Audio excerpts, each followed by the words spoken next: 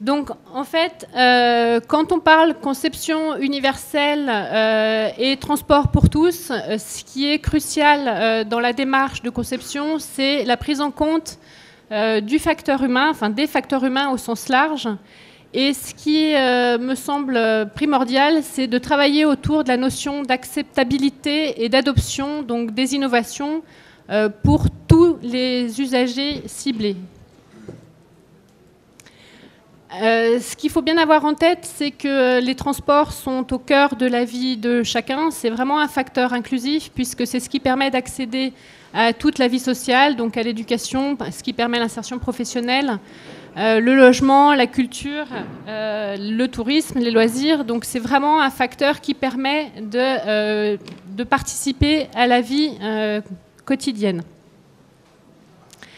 La conception des transports et des aménagements qui vont autour doit viser en priorité à faciliter les usages et améliorer le quotidien, mais ceci pour tous.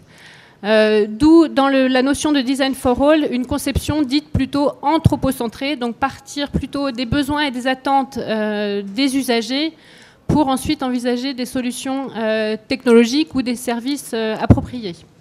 Donc ça paraît du bon sens, mais c'est une démarche qu'il faut vraiment avoir en tête pour pouvoir faire de la conception pour tous dans les transports. Donc là, j'ai choisi de vous présenter un petit peu le cycle de conception qui est classiquement utilisé dans l'industrie pour conception de produits notamment. Et de plus en plus, on prend en compte les facteurs humains dans tout ce cycle de conception. Mais si on veut faire de la conception pour tous, l'idée, c'est vraiment de prendre les facteurs humains au sens large, en prenant les spécificités de chacun et en l'intégrant dans les cahiers des charges fonctionnels dès le départ pour pouvoir faire quelque chose qui soit en réponse avec les attentes de tous les publics. Donc classiquement, certains principes d'ergonomie sont mis en œuvre dans les démarches de conception. La notion de performance, pour nous, c'est la performance de l'usager dans son activité. Donc ça peut être de déplacement, de conduite, d'exploitation. Et augmenter le confort, la facilité d'accès, d'usage, l'appropriation, la fluidité, la fiabilité, ça c'est des critères qui sont classiquement utilisés, mais il faut vraiment l'étendre à tous les types de publics pour avoir un système de transport performant pour chacun et pour toutes les personnes dans toute leur diversité. Donc, dans le même schéma, je vous ai présenté les 5 A qui sont classiquement utilisés pour qu'on prend en compte pour adopter des technologies innovantes. Donc, ça peut être toujours du produit ou du service. Donc, avec l'aspect financier qui est incontournable, donc le consentement à payer. L'accessibilité, mais au sens très large, que ce soit l'accessibilité géographique, physique, mais aussi la facilité d'accès, c'est vraiment au sens large. Et ça, c'est aussi à prendre en compte quand on fait de la conception pour tous. Il y a le côté adaptable, donc à chacun, et aux différentes situations possibles. Donc lorsque l'on conçoit un produit ou un service de transport, il est important d'envisager un maximum de situations possibles et un maximum d'utilisateurs dans des situations bien précises. La disponibilité pour chacun et la fiabilité des usages concernent également tous les types d'usagers. Donc ça, c'est aussi des critères à bien prendre en compte. Et enfin, le consentement à payer, le consentement à utiliser un produit ou un service. Et l'acceptabilité, c'est quelque chose qui doit être incontournable dans la conception de transport.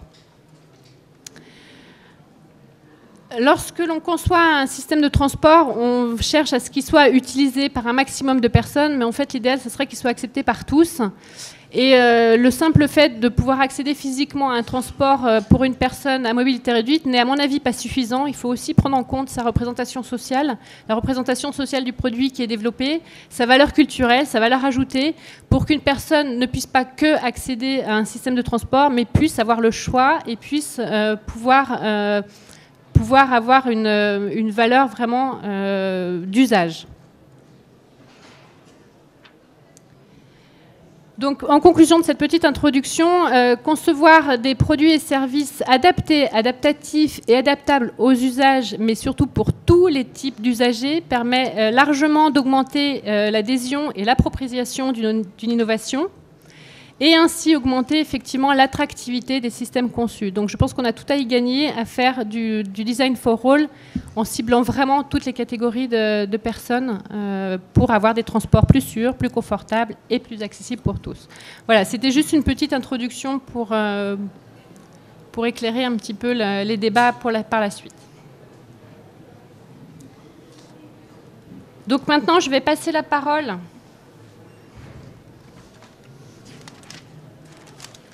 à Denis Cauchois, qui est à ma droite, qui est délégué accessibilité chez RFF, donc Réseau Ferré de France, et qui va nous présenter ses travaux réalisés donc, au sein de son entreprise concernant l'accessibilité donc, dans le domaine du ferroviaire. Bonjour à toutes et à tous. Effectivement, je suis délégué à l'accessibilité à Réseau Ferré de France. On ne va pas prendre le temps de présenter Réseau Ferré de France. On commence à être un petit peu connu, d'autant plus que, comme vous le savez, il y a des évolutions qui sont étudiées actuellement. Donc, on ne va pas s'attarder sur le Réseau Ferré de France de ces 16 dernières années, puisque nous allons vers un avenir certainement plus large. Et nous y sommes d'ailleurs très ouverts. Je voudrais simplement, avant de parler tout à fait dans l'axe de ce que vient de dire Céline, avant de parler des difficultés, des contraintes, mais aussi des solutions que nous rencontrons pour l'accessibilité, vous dire vraiment en quelques chiffres l'importance, je pense que vous n'avez pas en tête peut-être tous les chiffres, l'importance de ce que représente le réseau ferroviaire en France. C'est 30 000 km de lignes, 30 000 km de lignes en service. C'est 2000 km, on a arrondi, de lignes à grande vitesse. Et comme vous le savez, il y a 4 projets qui sont en cours et qui vont nous faire gagner encore 700 km. C'est, on les a mis pour mémoire, 18 000 passages à niveau, dont 340, 350 préoccupants. Ça veut dire dangereux et auxquels on essaye de trouver une solution pour les supprimer. Ça veut dire, donc cet univers ferroviaire, 15 000 trains, à la fois voyageurs et marchandises par jour. Et ce qui vous navre sûrement les uns et les autres dans vos trajets quotidiens, les retards que prennent certains trains sont dus à notre grand effort de modernisation du réseau, puisque nous investissons en gros 4 milliards, encore cette année, c'était 4 milliards l'année dernière aussi, d'euros dans les travaux de rénovation. Et dedans, d'ailleurs, on peut y inclure les travaux d'accessibilité. Et j'ai gardé le chiffre, évidemment, le plus intéressant dont on va parler dans la suite, c'est le nombre de gares. En réalité, c'est 3100, on a mis 3000 pour que vous en souveniez. Donc vous voyez, c'est un patrimoine important, et rendre accessible ce patrimoine, c'est une sacrée gageure. Là aussi, vous le savez, parce que je suis sûr que tout le monde lit beaucoup d'articles sur le train. Le train, il a 175 ans d'existence. Et on a hérité d'un réseau qui s'est construit de manière, je dirais, un peu à la manière d'un millefeuille, c'est-à-dire avec des usages, avec des normes, avec une culture, je dirais, qui a varié dans les décennies qui viennent de s'écouler. Or, la loi du 11 février 2005 nous a dit, vous remettez de l'ordre dans tout ça et vous rendez ça accessible en 10 ans. Claquement de doigts. Je ne sais pas si vous l'entendez dans la sono, mais d'un claquement de doigts. Non, pour nous, vraiment, c'est une tâche titanesque. Et je vous donnerai peut-être plus tard les chiffres auxquels nous arrivons aujourd'hui, au 31/12/2012. Mais évidemment, nous sommes assez loin du compte au regard de l'échéance de la loi de 2015. Je vois des têtes qui dodelinent. Vous savez très bien, vous avez déjà entendu ce message. Alors, j'ai sélectionné, pour être dans le droit fil de la table ronde d'aujourd'hui, quelques slides sur un petit peu justement l'importance du voyageur. Ce n'est pas seulement technique le sujet de l'accessibilité, c'est d'abord un sujet humain. Et donc, je me suis permis de rappeler d'abord nos 3 impératifs. Alors là, ceux-là, c'est vraiment inscrit en lettres de feu chez nous. C'est l'accessibilité, bien sûr, mais c'est surtout la sécurité et la fiabilité. Alors ça, je sais qu'il y a 50 questions dans la salle sur la fiabilité. J'aurai sûrement à vous répondre là-dessus. Et c'est surtout des personnes qui sont, pour la plupart, insécurisées, c'est-à-dire qui qui, entreprenant un voyage, n'ayant pas toujours l'habitude de beaucoup voyager, se disent comment est-ce qu'il y a un train qui va passer sur ma gauche, sur ma droite, est-ce que je suis sur le bon quai, est-ce que j'ai le temps de retrouver ma voiture. Bref, il y a, vous savez, ils sont emblématiques. La SNCF a pris l'initiative des gilets rouges. C'est pas du luxe. C'est-à-dire, il y a vraiment un stress quand on voyage, sauf bien sûr les grands voyageurs que vous êtes tous. Mais beaucoup de gens ont un petit peu de mal dès qu'ils sont dans un univers qu'ils ne connaissent pas.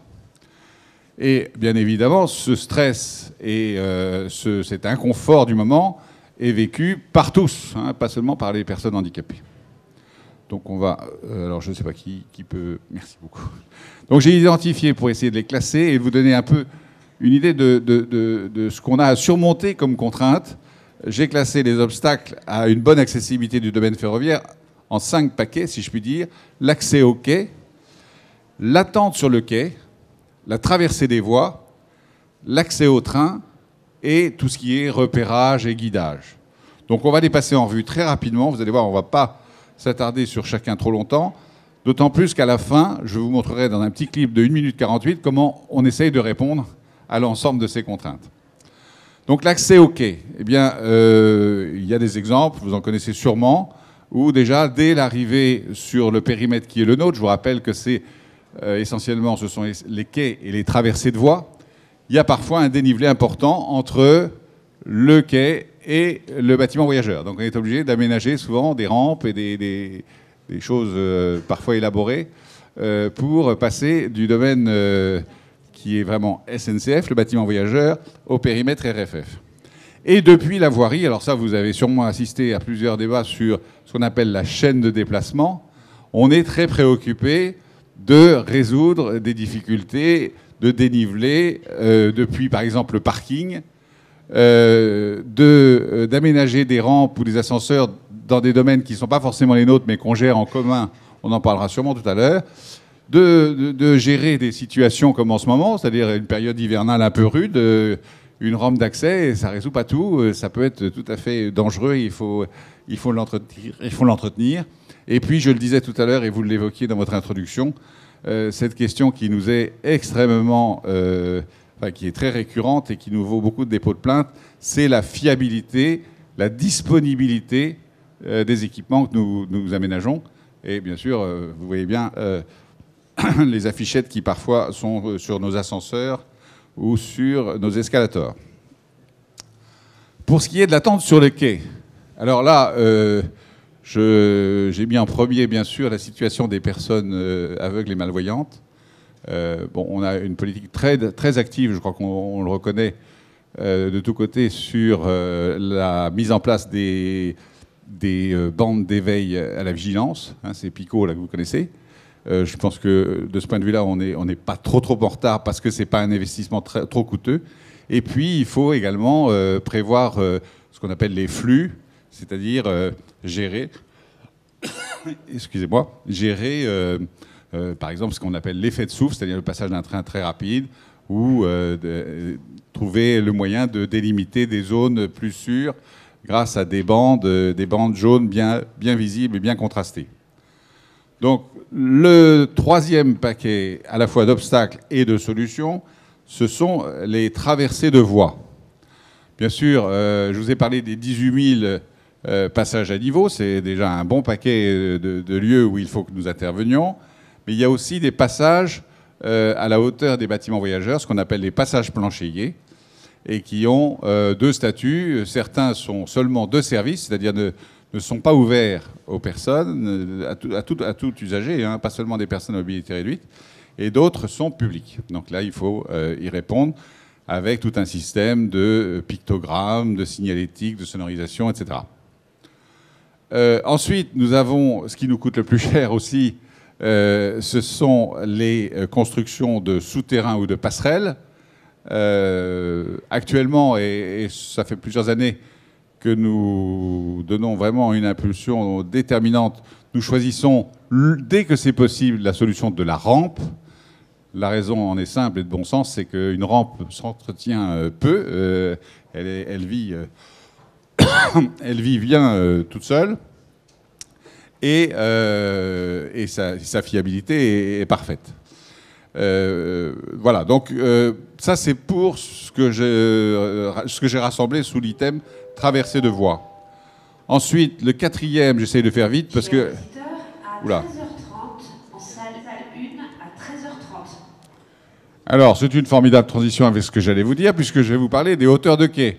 Donc, HQU, j'ai entendu, on est en plein dans le sujet, c'est à croire que vraiment, il y a une organisation de ce salon dans les moindres détails.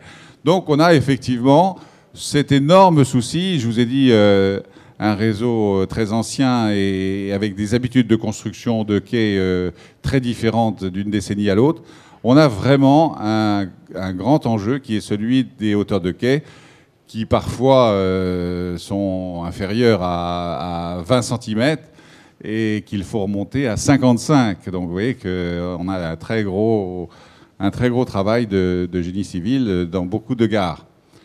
Et même en Ile-de-France à 92. Donc la question des hauteurs de quai est une question très prégnante pour RFF. Et comme on a décidé, vous l'avez peut-être lu, d'une politique de priorité, on ne peut pas tout faire avec les budgets dont on dispose la même année, on a décidé qu'on reprenait les quais quand ils étaient inférieurs à une hauteur de 38,5. Donc 55 étant la hauteur idéale, on laisse malheureusement cette lacune de 16 cm et demi pour descendre de la marche de la voiture, ce qui est évidemment pas le rêve. Donc il y a également la question de la hauteur, mais ça mon voisin en parlera, des planchers des voitures.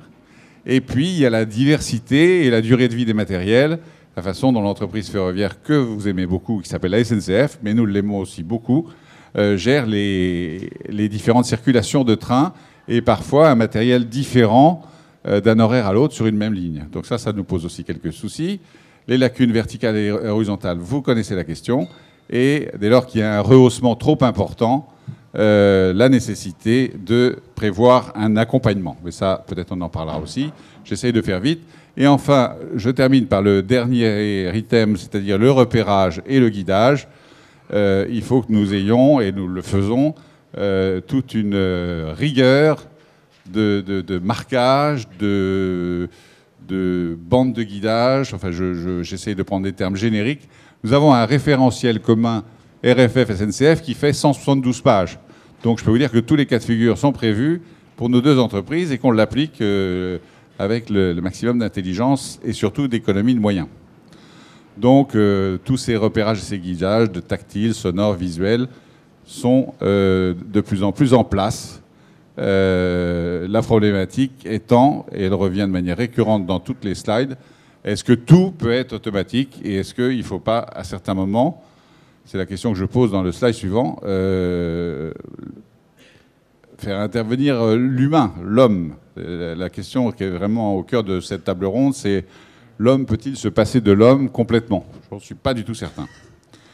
Donc, au-delà des investissements nécessaires, vous voyez qu'il y a des gros soucis d'entretien et de maintenance, on en reparlera peut-être, de fiabilité et de gestion des situations perturbées, encore que là, je crois que de plus en plus, on reconnaît que nous sommes assez réactifs.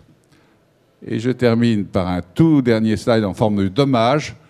Quand les équipements ne sont pas en place, quand malheureusement nous sommes en retard, et là je dis nous, SNCF et RFF, il y a quand même un service qui, je crois, fait pratiquement l'unanimité, qui s'appelle Accès Plus, qui est géré par la SNCF.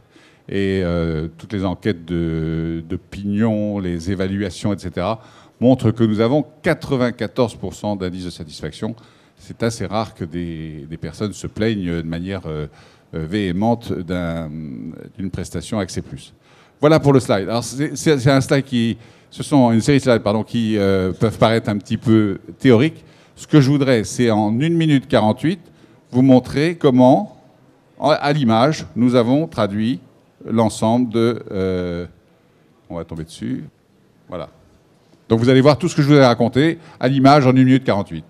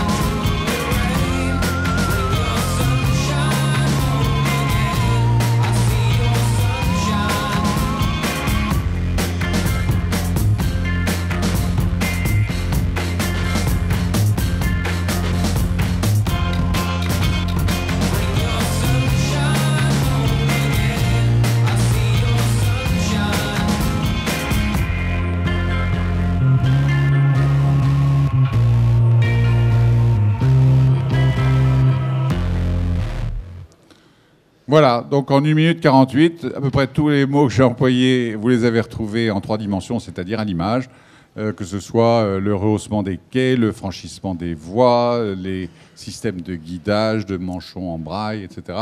Vous avez vu un bon échantillon de tout ce que nous mettons en place dans les gares. Je réponds tout de suite à votre question, je termine juste sur quelque chose d'un tout petit peu...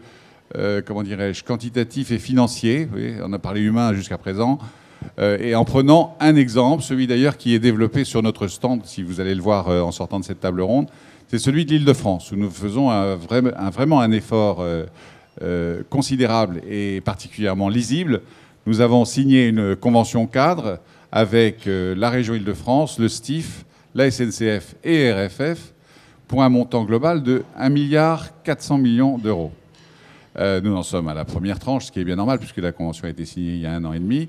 Et au terme de cette convention, nous aurons mis en accessibilité 143 gares, plus les 60 qui le sont déjà. Bref, il y aura 207 gares, faites-moi confiance, c'est le total exact, qui seront accessibles et qui couvriront 90% du trafic des voyageurs franciliens.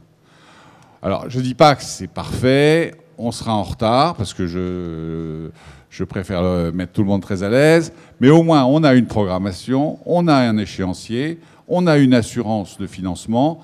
Donc, on est quand même dans une relative lisibilité sur la région Île-de-France. Et tout notre travail, je vous le dis pour terminer, mais on y reviendra peut-être, c'est de faire un peu toute la démarche qu'on a fait en Île-de-France dans les autres régions.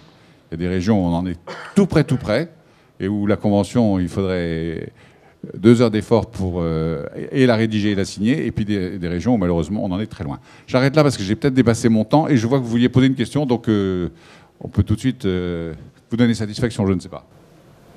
Oui, on a le temps pour 1 ou 2 questions. Oui, en fait vous avez parlé d'obstacles, je ne sais pas s'il s'agit véritablement d'obstacles, mais en tout cas il s'agit d'accessibilité. Il y a 6 millions de personnes qui sont particulièrement stressées dans les gares, particulièrement stressées. C'est des personnes qui n'entendent pas. Alors qu'est-ce qui les angoisse? C'est les haut-parleurs. Une solution très simple, et ça ne coûte pas grand-chose, c'est de couper les haut-parleurs. Si vous coupez les haut-parleurs, ça vous obligera à faire des messages variables écrits, et ça leur servira à eux et aussi à beaucoup d'autres personnes. Mais enfin, ce qui me gêne, c'est que vous ayez laissé de côté les 6 millions... La table ronde, c'est l'accessibilité de tous. Je ne sais pas si on m'entend sur celui-là, mais... ce que vous demandez pour les uns, la réponse vous l'avez eue par votre voisine. On essaye de tout gérer. Je me souviens d'un débat qu'il y a eu à la RATP où on disait mais c'est gentil, entre parenthèses, le service de bus à la RATP, moi je tire mon chapeau. C'est gentil de dire telle station, nous approchons de telle station, etc. Mais le conducteur, au bout de la journée entière d'entendre les stations, il en a, mais alors, bon... Et donc, qu'est-ce qui se passe dans le vécu? Parce que c'est ça qu'il faut regarder, c'est le vécu, c'est la façon dont les personnes concernées se comportent. Ils baissent de plus en plus le son, voire même ils le retirent complètement. Mais là, non. Enfin, je veux dire, si on met en place un service de cette nature, il faut effectivement bien en régler l'amplitude sonore, mais il faut maintenir le service parce que ça rend service. Enfin, vous avez eu la réponse par votre voisine. Non, mais moi je réponds à la fois avec humour aussi, si vous voulez. Ça, l'humour me plaît toujours, mais en même temps avec sérieux, c'est-à-dire qu'on est obligé de trouver des compromis entre les différentes exigences de chacune des personnes handicapées. Et je vous parle pas, et il n'y a que des jeunes ici, donc ça ne les concerne pas, des personnes âgées qui sont parfois multi-handicap et qui sont bien contentes d'avoir et le sonore, et des lettres de hauteur suffisante, et des rampes qui ne glissent pas, et etc., etc., etc. Mais je crois que je m'arrête là. On reviendra s'il y a d'autres questions. Hein. Je ne veux pas monopoliser la parole.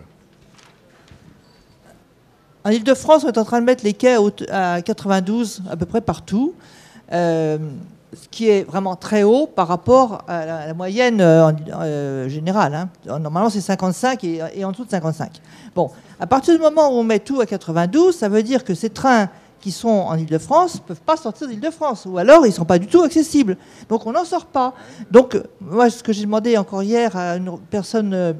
Il y avait une réunion SNCF et il y avait quelqu'un de Bruxelles et je lui ai dit, mais enfin, quand est-ce que Bruxelles, la Commission, le Parlement, etc., décideront d'une hauteur pour l'ensemble de l'Europe sur les hauteurs de quai. Parce que sinon, on n'en sortira jamais.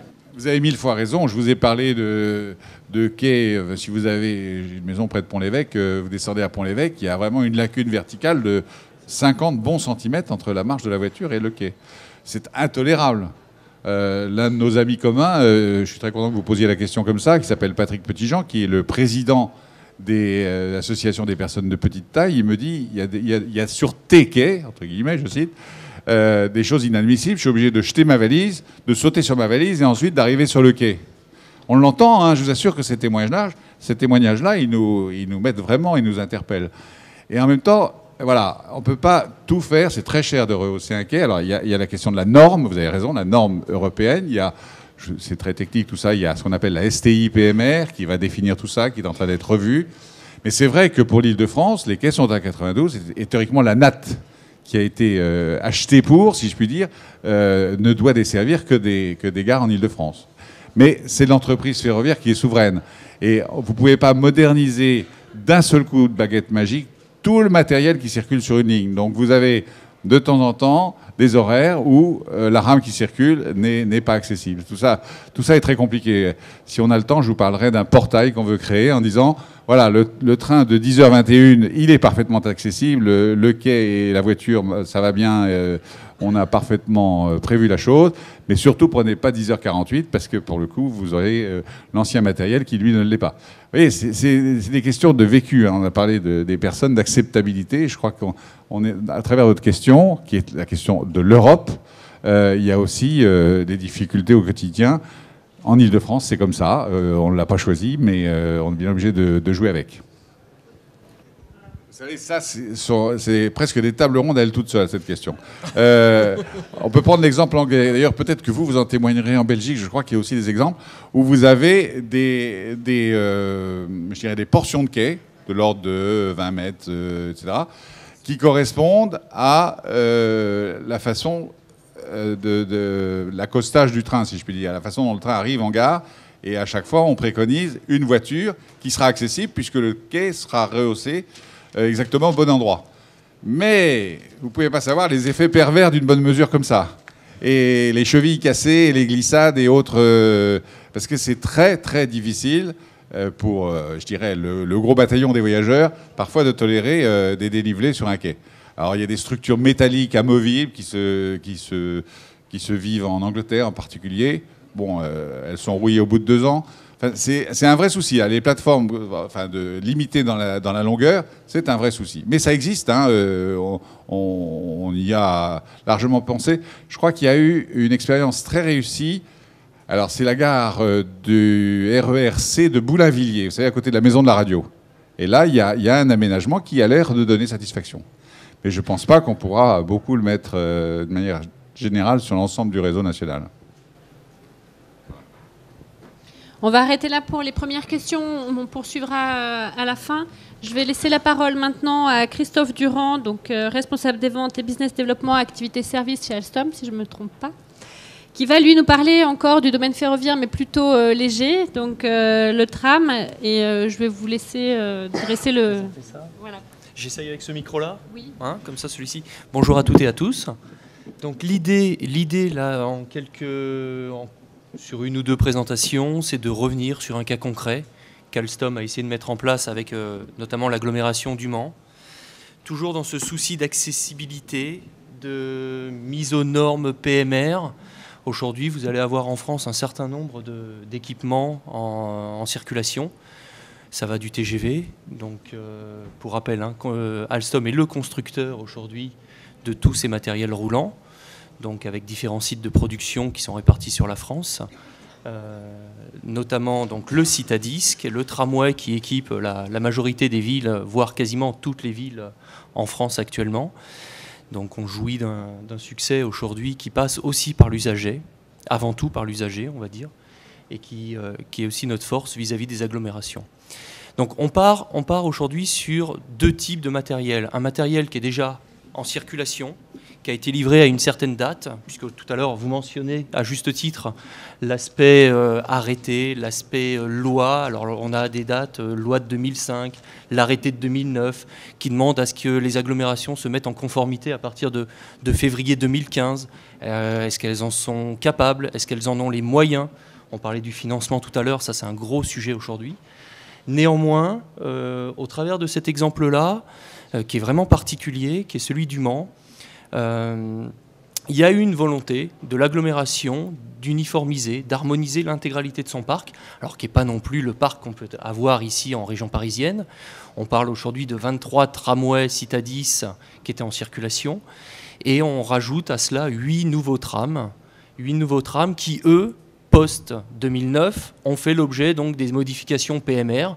Donc l'agglomération s'est retrouvée avec une contrainte particulière qui consiste à dire, attendez, je vais avoir un matériel qui est jugé peut-être plus récent par mes usagers, un matériel peut-être plus ancien par ces mêmes usagers, et je souhaite avant tout apporter une harmonisation de tout ce parc.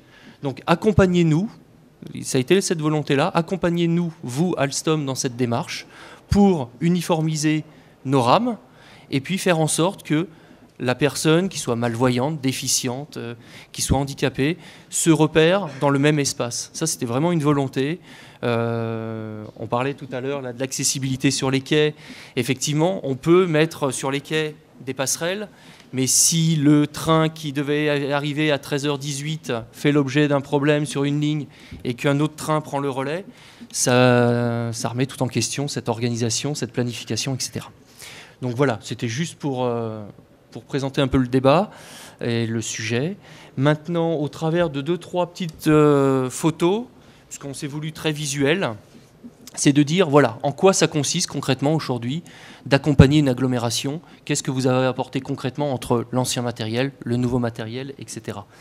Donc là, on a une représentation du tramway du Mans qui a été mis en service, si je me rappelle bien, en novembre 2007, avec 23 rames sur une ligne unique. Et depuis à peu près un an et demi, cette même agglomération donc, a acheté 8 rames supplémentaires. Donc concrètement, sur les 23 rames, on peut, voilà, concrètement, en quoi ça se matérialise lorsqu'on parle de matériel antérieur à 2009, et puis qu'est-ce que j'y apporte moi aujourd'hui au niveau modification. C'est vraiment toute cette notion qui consiste en fait à faciliter l'accès à la rame. On parle principalement par des hauteurs de boutons poussoirs. Comment aujourd'hui, et toujours dans le même esprit, comment aujourd'hui j'arrive à définir non pas une norme qui va être écrite sur le papier, mais une norme pour l'usager en règle générale, qui va avoir peut-être des problèmes de vue, qui va se déplacer en fauteuil roulant. Comment ce bouton poussoir aujourd'hui, je le mets à quelle hauteur? Je le positionne comment? Mon valideur, je le positionne comment? On parle également de sûreté. C'est bien beau d'avoir des systèmes d'alarme dans les trains. Par contre, derrière, il faut que ce soit accessible de par tous. Si mon alarme est à 1,50 m du sol, tout le monde ne pourra pas intervenir dessus, quoi. Tout le monde ne pourra pas actionner certaines choses. Ça passe aussi donc, par du confort. On a quelques exemples ici, notamment au niveau des sièges. C'est aussi une volonté d'une agglomération, d'un exploitant, là en l'occurrence c'est Keolis sur l'agglomération du Mans, qui dit bah oui, effectivement, je prends tous ces éléments-là en compte.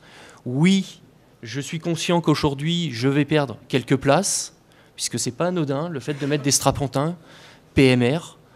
C'est pas anodin en termes de place, en termes d'exploitation commerciale. Il ne faut pas perdre de vue non plus qu'un tramway aujourd'hui, ça doit rapporter, par de la billettique, etc. Donc c'est comment aujourd'hui on met tous ces éléments-là en confrontation pour arriver à une solution. Et puis un point essentiel qui a été présenté en introduction de cette conférence, c'est l'accessibilité pour tous et mettre vraiment l'usager au milieu de tout ça, quoi. C'est vraiment, on pense usager. Donc quand on parle confort, donc tout à l'heure j'abordais aussi l'aspect sûreté, on va aborder également l'aspect visuel, l'aspect sonore, par des systèmes d'information voyageurs qu'on essaye d'adapter au confort de tous, en passant d'une simple bande lumineuse qui indique avec des petits pixels la prochaine destination, le prochain arrêt, la prochaine station qui sera desservie. C'est essayer d'apporter un peu plus aussi de modernité et de s'adapter un peu je dirais, aux contraintes des uns et des autres, en privilégiant peut-être de l'affichage pour certains, des annonces sonores pour d'autres, mais essayer de faire cohabiter un certain nombre d'équipements plus ou moins intelligents dans un train pour que ça convienne à tous. Voilà, c'est ça. Tout à l'heure, on parlait aussi des planchers, de l'accessibilité. C'est vrai que depuis 2000, un peu avant 2000, avec le tramway de Montpellier, on a voulu aussi développer les notions de plancher plat sur toute la longueur. Ça aussi, en termes de déplacement, c'est un plus pour une personne qui présente un handicap. Quand on parle aussi aménagement PMR, également, ça passe par des contrastes. Aujourd'hui, une personne qui est malvoyante ou qui a des déficiences au niveau de la vue, c'est aussi lui apporter par de simples choses, par de simples modifications, la moquette, le plafond, la partie barre, etc., des contrastes au niveau de la vue.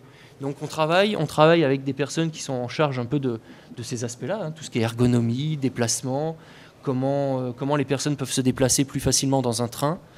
J'ai l'exemple aussi là, des barres trilobes, c'est-à-dire qu'aujourd'hui c'est bien beau de mettre des barres de maintien, mais si une personne en fauteuil roulant n'arrive pas à contourner ces barres-là, ça veut dire quoi? Ça veut dire qu'une fois je monte à droite, la station d'après je descends à gauche, j'attends quoi? J'attends la prochaine station pour descendre.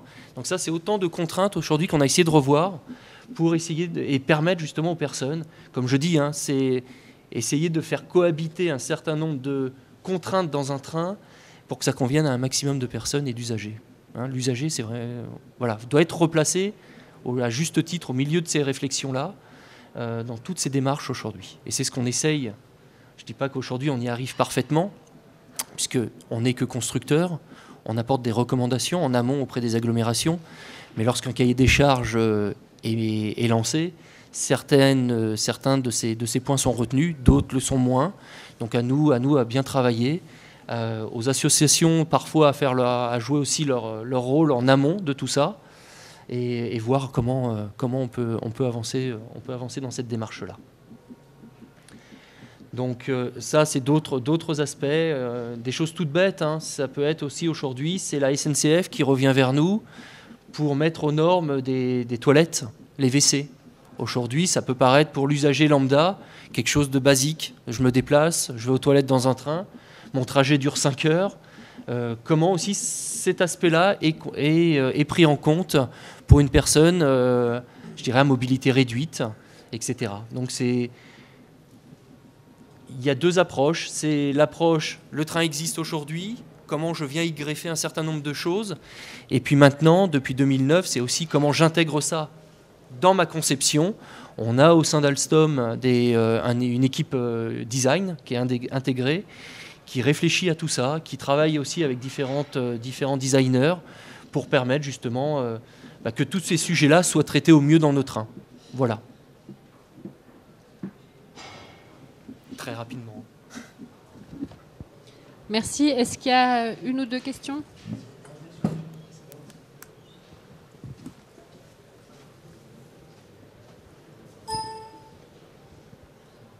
Merci. Oui, donc vous parliez de designer, tout ça, je suis d'accord avec vous. Mais quand on voit la cabine modernisation des toilettes PMR, expliquez-moi comment on fait un transfert de personnes dans une cabine comme ça. Vous avez une cabine qui est circulaire, la personne ne peut pas être transférée facilement. Vous avez entièrement raison. Non, c'est clair. Merci. Là, on est dans un cas de figure où on parle de modernisation. C'est-à-dire qu'aujourd'hui, je le conçois, hein, la partie circulaire, etc. Il y a un espace qui est dédié. C'est comment cet espace, on essaye de le valoriser au mieux. Maintenant, comme je vous le dis, des fois, notre contrainte aussi en tant que constructeur, c'est aussi de répondre à un cahier des charges. On fait des préconisations en amont. Maintenant, si après, au niveau de la définition et au niveau de la solution qui va être retenue, c'est plutôt celle-ci qu'une autre, on essaye au mieux de tenir compte des éléments qui essayent, je dirais, au mieux aujourd'hui de répondre. Mais je vous suis dans votre point. Le point PMR aujourd'hui et toutes ces notions d'ergonomie sont des idées récentes dans le mode de déplacement. Auparavant, la simple utilité d'un train, c'était d'amener une personne d'un point A vers un point B. Et effectivement, au gré des années, on parlait de tout à l'heure, RFF, que le train, ça a plus de 150 ans aujourd'hui. Et on suit les évolutions de la population, on suit les évolutions aussi au niveau ergonomie. Il y a des sujets qui sont pris en compte à un certain stade. Il y a encore 20 ans, 30 ans, 50 ans, certains sujets n'apparaissaient absolument pas. Bon, aujourd'hui, on s'y adapte. Comme tout autre industriel, on essaye de s'y adapter le mieux possible. Maintenant, effectivement, il y a des... Et c'est là aussi où il ne faut pas se limiter et se mettre des œillères non plus en se disant « il y a une loi qui le dit, donc je vais suivre la loi ». Il y a surtout, et quand je dis une équipe design en interne, l'équipe design est chez nous depuis bien plus longtemps que ça, mais aujourd'hui, c'est comment... peut-être comment on prend mieux en considération ces points-là dans la conception d'un train. Je ne dis pas que ça ne l'était pas par le passé. Je regardais une voiture corail aujourd'hui, la voiture corail par excellence, s'il faut enjamber quasiment, tout à l'heure on parlait de le quai vers le train, pour accéder à un train corail, entre la porte, entre la valise qui passe pas, entre tout ça, voilà, ce sont des aménagements. C'est pour ça qu'au niveau du tramway, lorsqu'il a fallu redessiner un tramway pour venir rééquiper des villes, il a fallu réfléchir un peu sur ces modes de déplacement, sur ce mode de comment j'accède d'un quai, parce que c'est bien beau, moi je suis constructeur, mais si chacun se met en mode séquentiel et dit, attendez, moi c'est le train, j'apporte mon train, moi c'est le quai, très bien, moi c'est la voirie, on n'arrivera pas à avancer comme ça. Donc on essaye aussi de participer de plus en plus à ces réflexions-là, et d'essayer de développer et de répondre au mieux. Merci. Si je peux me permettre d'ajouter en quelques secondes à ce que vous venez de dire et également à ce qu'a dit Christophe, un élément, c'est que la difficulté, elle est dans la rénovation, on a parlé de train corail, etc., dans la rénovation d'un matériel ancien qui n'avait pas été du tout pensé, et votre question est vraiment pertinente, avec cette préoccupation transport pour tous. Je peux vous dire que dès qu'on est sur du matériel neuf, et ça j'en rends hommage aussi à Alstom, Bombardier et tous les autres, il y a vraiment eu, il y a vraiment une recherche partenariale en incluant dans la boucle les associations pour optimiser les mètres carrés et les zones de déplacement, etc. Mais je vais terminer d'une boutade. Offrons-nous tous ensemble un voyage à Dubaï, vous allez voir ce que c'est qu'une ligne neuve où tout est prévu et où tout est impeccable et où il y a de la place en toutes circonstances et où tous les ascenseurs marchent, tous les escalators marchent, ceinture et bretelles, il y a vraiment tout. Et pourquoi ? Parce qu'ils sont partis d'une zone quasi désertique et ils ont construit une M14 sur 42 km. Et, non, avec des moyens la seule chose, aussi, hein. On ne veut pas plaider coupable, pas coupable, c'est pas la question. La seule chose dont je veux qu'on prenne conscience tous collectivement, c'est qu'on a rattrapé un retard gigantesque. Et donc on fait au mieux avec les faibles moyens financiers dont vous parliez tout à l'heure. Je repasse la parole. Oui, juste pour conclure sur la question, moi, ce que je dirais, ce qui a le plus évolué aussi, c'est la prise en compte des facteurs humains dans le cycle de conception, avec de plus en plus d'acteurs qui travaillent ensemble. Et rien que dans la démarche, je pense que ça, c'est une certaine avancée. On va passer à la suite, parce que sinon, on va manquer de temps. Donc, je vais passer la parole à Claude Dumas, qui est le directeur général du Centre de ressources et d'innovation mobilité handicap. Et donc, il va nous parler de ses travaux au sein du CEREM. Je pense que ce micro fonctionne, oui. Je peux peut-être faire passer les diapos. Si vous avez un... Donc, le CEREM est un centre de ressources d'innovation qui a été créé dans le cadre d'un pôle de compétitivité qui s'appelle Moveo, qui est consacré au transport et à la mobilité. Certains des acteurs du pôle ayant souhaité qu'il y ait des actions du pôle en direction des personnes à mobilité réduite. Donc, je vais vous présenter rapidement nos orientations de travail et puis après, quelques problématiques et quelques projets sur lesquels on travaille qui pourraient être des propositions à discuter. Donc, tout d'abord, l'objet, nous sommes une association, donc l'objet, c'est faire une veille sur les besoins des personnes à mobilité réduite, faire remonter ces besoins vers des projets d'innovation et contribuer au développement d'une filière économique autour de ces questions de mobilité en général. Juste, on peut peut-être faire une remarque par rapport à ce qui a été dit tout à l'heure. C'est un petit peu dommage que lorsque le législateur à rédiger la loi de 2005 sur l'accessibilité, il n'est pas pensé à mettre en œuvre un volet industriel, développement, recherche, innovation sur ces questions, alors qu'il savait très bien que ça allait générer des offres énormes en termes de potentiel industriel. Donc sur ces aspects, juste un petit rappel, je tiens à préciser que ce n'est pas toujours évident dans les discours, le handicap ce n'est pas l'attribut d'une personne, mais c'est la conséquence d'une interaction négative entre un environnement qui est facilitateur ou pas et des caractéristiques d'une personne. Donc ce qui est extrêmement important à prendre en compte quand on parle de handicap et qu'on essaye de travailler sur le handicap, c'est bien cette notion d'interaction entre un environnement et des personnes qui ont des profils très différents. Voilà. Donc la difficulté à partir de ça, nous, on a souhaité s'organiser pour faire la veille sur les besoins des personnes à mobilité réduite en s'articulant le plus près possible des besoins du terrain. Donc on a créé un certain nombre de services qui sont soit à destination directe des personnes en situation de handicap. Donc par exemple, on a un centre de formation à la conduite automobile qui nous permet d'observer vraiment quelles sont les limites technologiques, réglementaires, organisationnelles en France qui font que c'est parfois très difficile d'arriver à avoir son permis de conduire lorsqu'on a une personne en situation de handicap et encore plus difficile d'avoir un véhicule aménagé. Sur la partie accessibilité, on a un service plutôt orienté vers les opérateurs de transport, les collectivités. Donc là, on fait de l'assistance à maîtrise d'ouvrage, du conseil, de l'évaluation sur pas mal de choses. On a vraiment une orientation. Au CRM, vous allez retrouver essentiellement 3 points sur lesquels on travaille plus précisément. C'est à partir de la veille des besoins que nous mettons en place au travers de l'activité de nos services. Nous allons travailler sur l'analyse des besoins et l'expression des besoins, parce que souvent, ce terme de besoin, il est souvent dans le domaine du handicap, il est assez latent, soit que les personnes ont abandonné l'idée d'exprimer un besoin parce qu'on ne répond pas toujours à leurs besoins, soit qu'ils n'imaginent même pas qu'il y ait une solution. Donc c'est très important de travailler au travers de l'information des usagers. Donc on a énormément, nous, de contacts avec des gens qui nous demandent de l'information sur ces questions de mobilité, et donc d'analyser les besoins et les manques autour de tout ça. Donc sur ces différents aspects, nous faisons remonter des besoins vers des projets d'innovation et notre rôle à ce moment-là, une fois qu'on a bien précisé le besoin, ça va être de faire un cahier des charges fonctionnel, des spécifications fonctionnelles, et ces spécifications fonctionnelles, on va les délivrer à un partenaire qui va être un concepteur, lui, plus ou moins technologique. Alors ça peut être de la technologie ou des services, mais nous ne réalisons pas de développement technologique, uniquement sur ces questions de fonctionnalité. Et puis, nous allons aussi réaliser les évaluations. Donc, du coup, au niveau de cette démarche de conception universelle que nous essayons de mettre en place, donc on retrouve bien cette notion d'analyse d'usage centré utilisateur. Donc, on a parlé tout à l'heure, ça a été très bien présenté sur les aspects, les outils de l'ergonomie. Je dirais le plus peut-être que l'on apporte, c'est qu'on a une équipe qui est une équipe pluridisciplinaire, et notamment avec des ergothérapeutes, qui en fait, chaque fois qu'un ergonome va définir une fonction d'un service ou d'un produit, on va le passer au crible de l'ensemble des situations de handicap.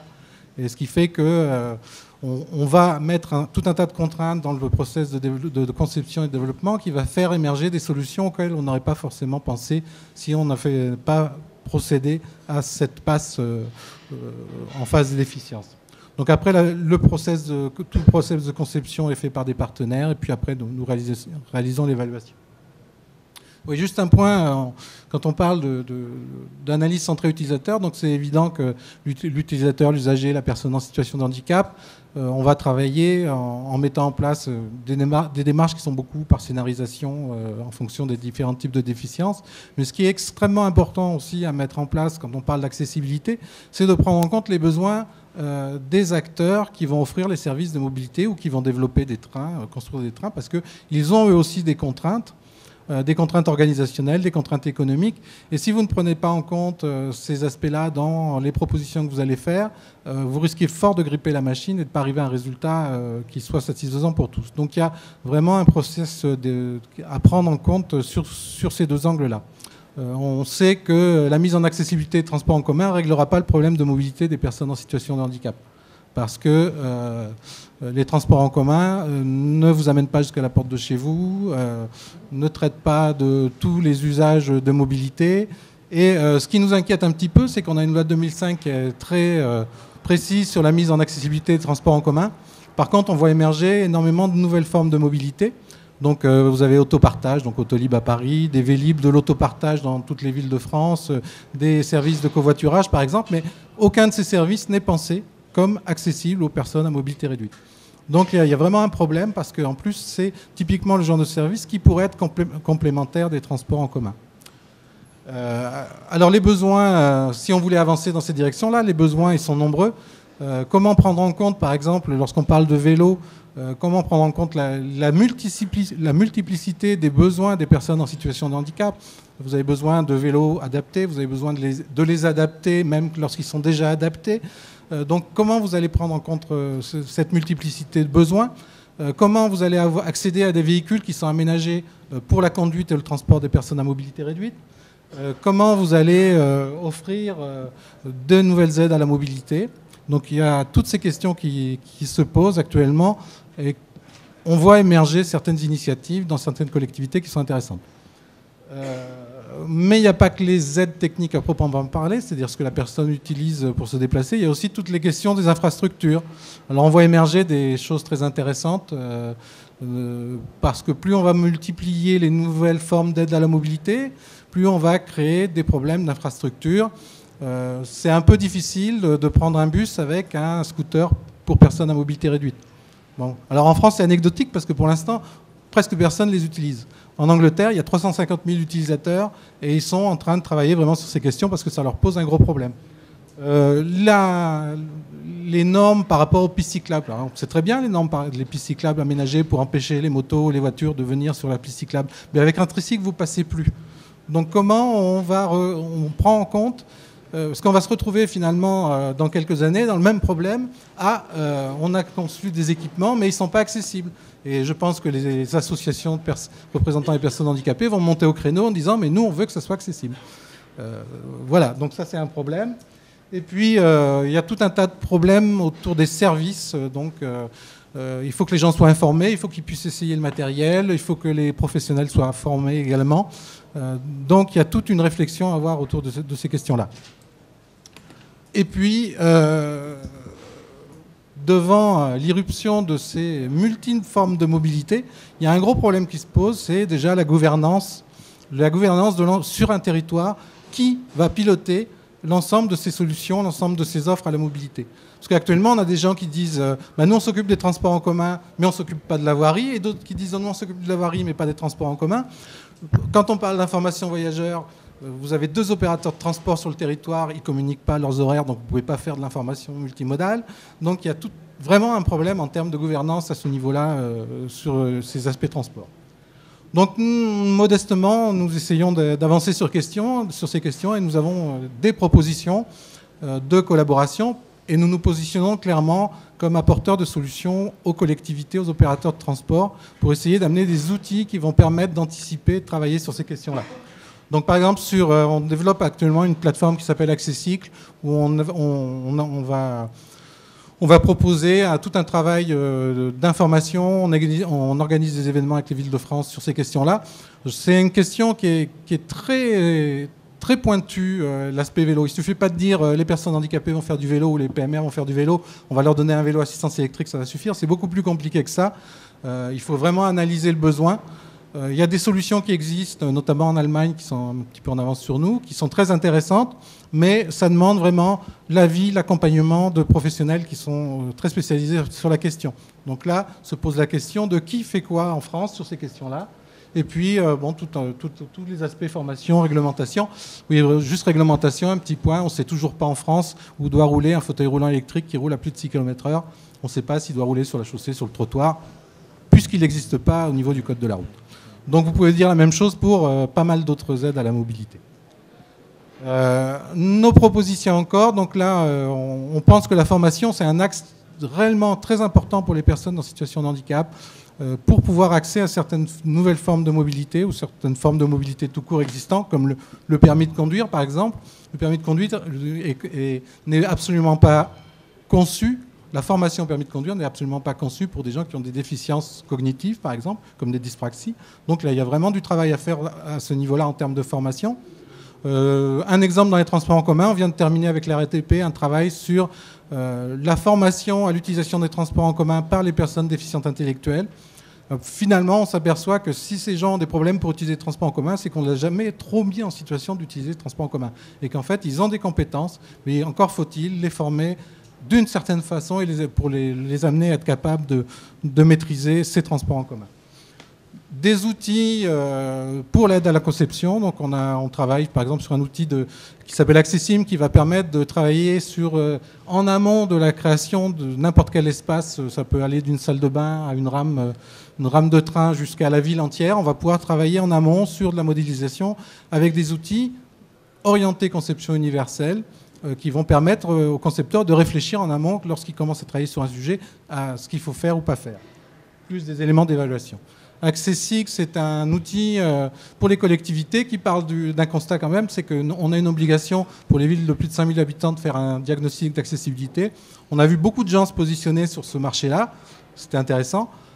Sauf que les rapports, les PAV qui sont émis, pour vous donner un exemple, on a fait, nous, un diagnostic sur Saint-Quentin-en-Yvelines, c'était 16 000 points non réglementaires. Lorsque vous donnez un rapport de 16 000 pages à une collectivité, c'est complètement inutilisable. Donc on a développé un outil basé sur des systèmes d'information géographique qui permettent de développer des services en direction des usagers, comme un calculateur d'itinéraire pour prendre en compte les besoins spécifiques, et surtout des outils qui vont permettre à l'agglomération de maintenir son diagnostic à jour, de planifier ses travaux, de prioriser ses travaux. Et c'est en plus un excellent outil de dialogue avec les personnes représentant les personnes en situation de handicap, puisqu'on peut éditer tout un tas de cartes qui permettent de travailler sur ces questions-là.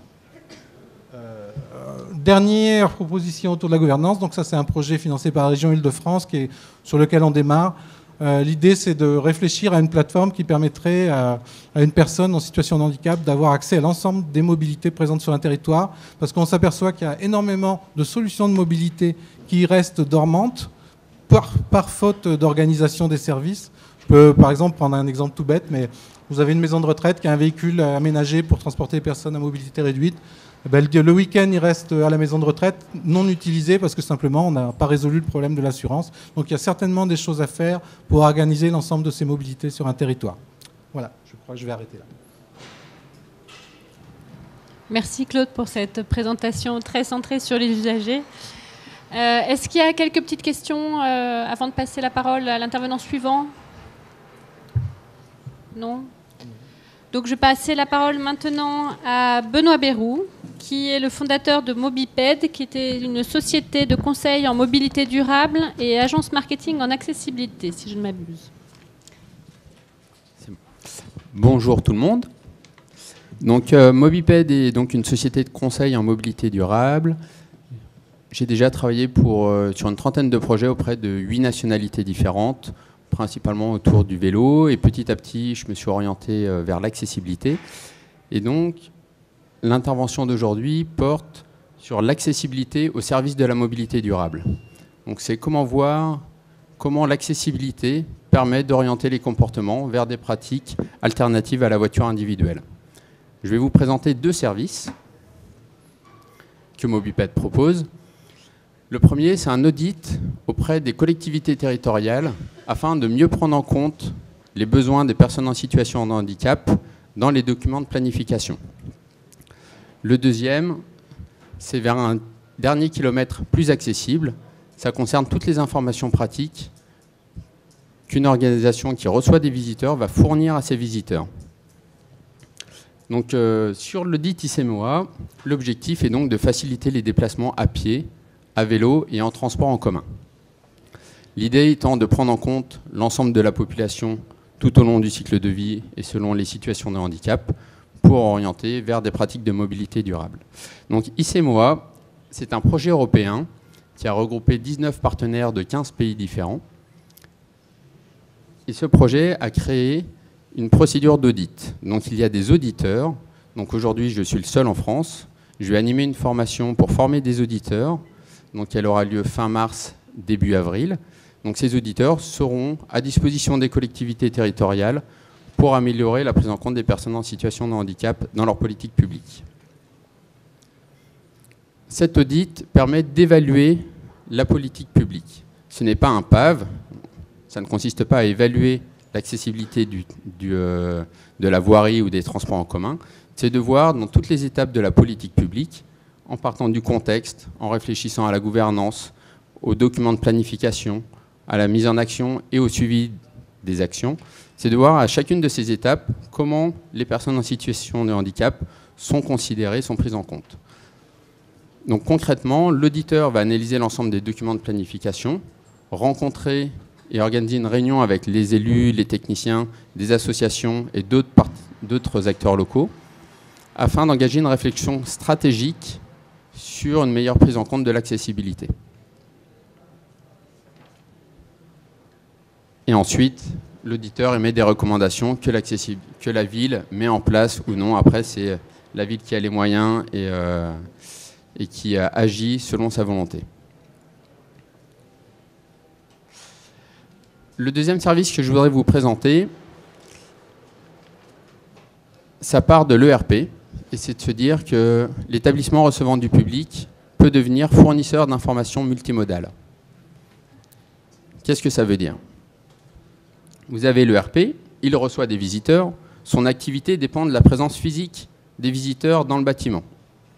C'est comme aujourd'hui UrbAccess, ce qui vous intéresse tous, ce n'était pas de venir à UrbAccess, mais c'est d'être présent à UrbAccess, pour rencontrer d'autres acteurs, participer, assister à cette conférence, rencontrer des stands. Donc la notion de venue, elle est dépendante de votre volonté d'être présent physiquement dans un autre lieu. Donc les différents publics, il y a des employés, des clients, des partenaires, des fournisseurs, qui vont avoir des besoins de mobilité différents, vu qu'ils veulent venir dans cette ERP.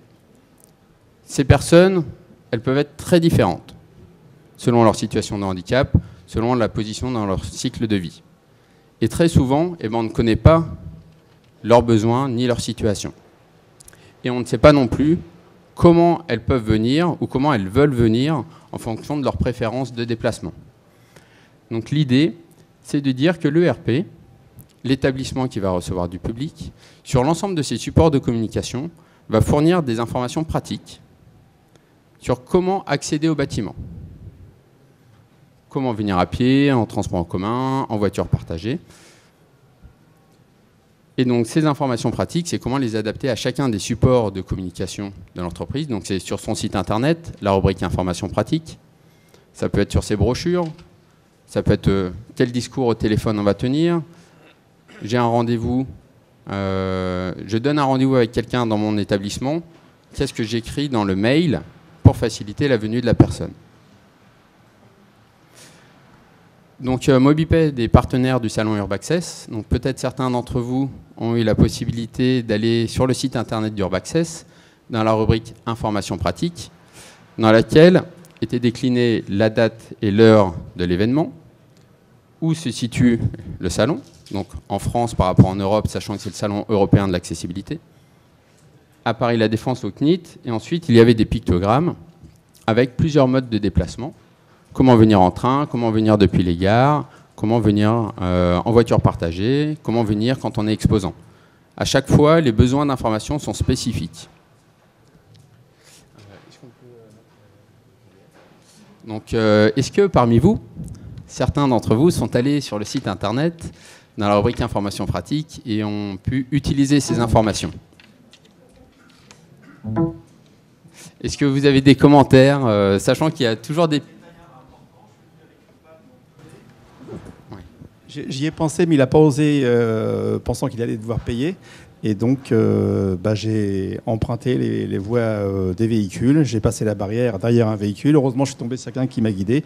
Sinon, là, il y avait un manque d'informations, malgré que je suis allé sur le site. D'accord. Donc, ça aurait pu être une précision qui pourrait être apportée en disant on peut déposer les personnes et repartir.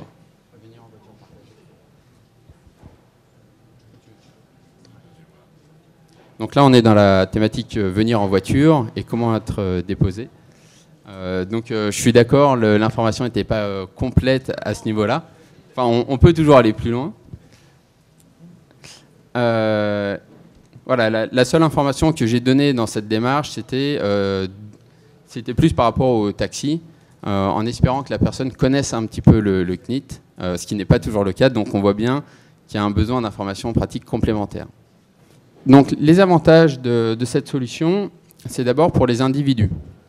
Donc je vous demanderai dans les jours suivants, les semaines suivantes, quand vous avez rendez-vous à un endroit extérieur, vous allez à un concert, vous allez au cinéma, vous allez à un rendez-vous professionnel, quelle information on vous donne pour faciliter votre venue? Et quel temps vous allez devoir mettre pour aller chercher une bonne information pour préparer votre déplacement et trouver très facilement la porte d'entrée du lieu où vous vous rendez. En donnant des informations en amont du déplacement, l'idée est de réduire l'anxiété, parce qu'on sait, on a un peu plus d'informations sur comment va se dérouler le déplacement sur les 300 derniers mètres. Généralement, c'est à ces moments-là qu'on va se perdre, qu'on va perdre du temps, qu'on va être stressé, on ne sait pas vraiment comment ça se déroule. Ça va permettre de gagner du temps et de l'autonomie et faciliter le choix du mode de déplacement. Pour le RP, c'est un petit peu comme la pub de McDonald's qui dit « Venez comme vous êtes ». Et bien là, en donnant des informations pour chacun des modes, en essayant de l'adapter aux différentes situations de handicap, c'est l'ERP accueille son public tel qu'il est. Le bénéfice pour le RP, c'est qu'il va renforcer la relation avec son visiteur, parce que c'est lui qui fait la démarche de donner l'information. Le visiteur, lui, fait déjà la démarche de venir, de se déplacer physiquement. C'est la moindre des choses que le RP l'accueille et lui donne des informations pratiques pour faciliter sa venue. Le RP permet de gagner en efficacité, en termes de process, en termes de gestion des visiteurs. Et ça permet également une amélioration de l'image, en termes de mobilité durable, de prise en compte des personnes en situation de handicap. Sachant qu'aujourd'hui, il y a encore beaucoup de choses à améliorer par rapport au plan. C'est un secteur à explorer, notamment auprès des personnes aveugles. Faire des feuilles de route pour les personnes aveugles, c'est pas aisé. Donc il y a encore des travaux à avancer. C'est l'intérêt du salon aussi, c'est d'apprendre d'autres experts, d'autres professionnels pour améliorer ces services.